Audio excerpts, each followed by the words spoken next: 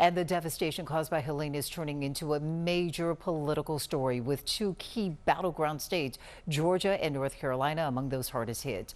And now, with 39 days until the election, both campaigns changing their plans to address the humanitarian crisis.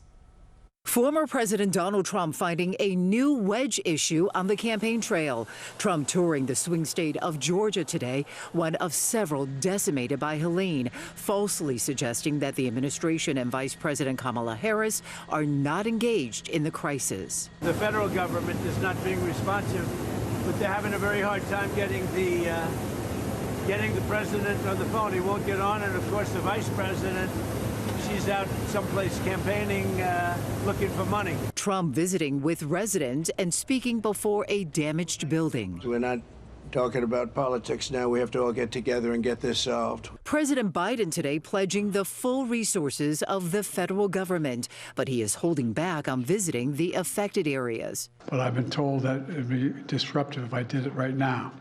We will not do that at the risk of diverting or delaying any of the response assets needed to deal with this crisis. Harris cutting short a campaign swing through Nevada, returning to Washington for a FEMA briefing on the situation and promising help is on the way. We are deploying food, water, and generators and working to restore water and power. And we will stand with these communities for as long as it takes to make sure that they are able to recover and rebuild.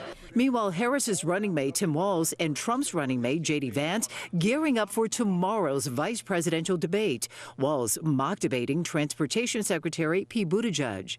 Is the field prep going well? Going great. A fellow Minnesota lawmaker, Republican Congressman Tom Emmer, helping Vance prepare. You're going to see J.D. literally expose Tim Walz for the radical liberal that he is.